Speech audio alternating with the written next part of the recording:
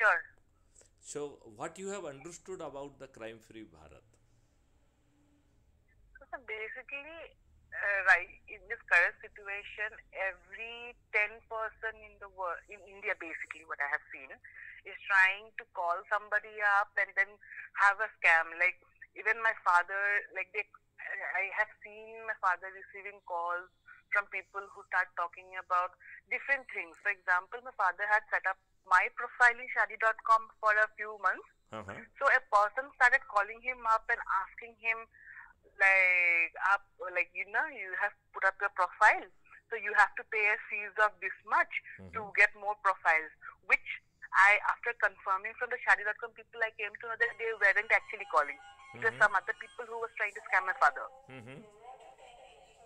So not just my father, like there are so many people in India, uh, like who are being called and then scammed, even for just rupees 10 or rupees 3 like that.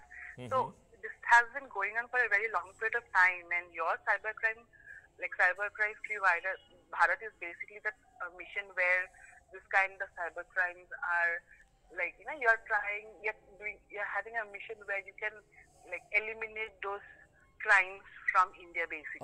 Basically, let me really brief you.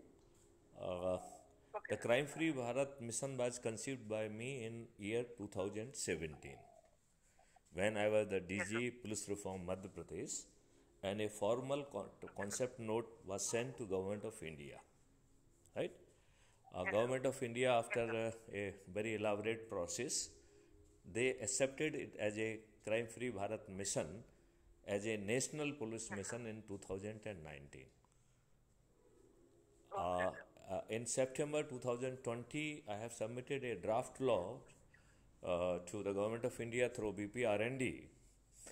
Uh, and it was, I have given the nickname Digital Chandragupt, but it was having a long technical name. Its name is National Authority for Scientific and Technical Assistance in Investigation and Detection of Crime under Entry 65C, Schedule 7 of the Constitution.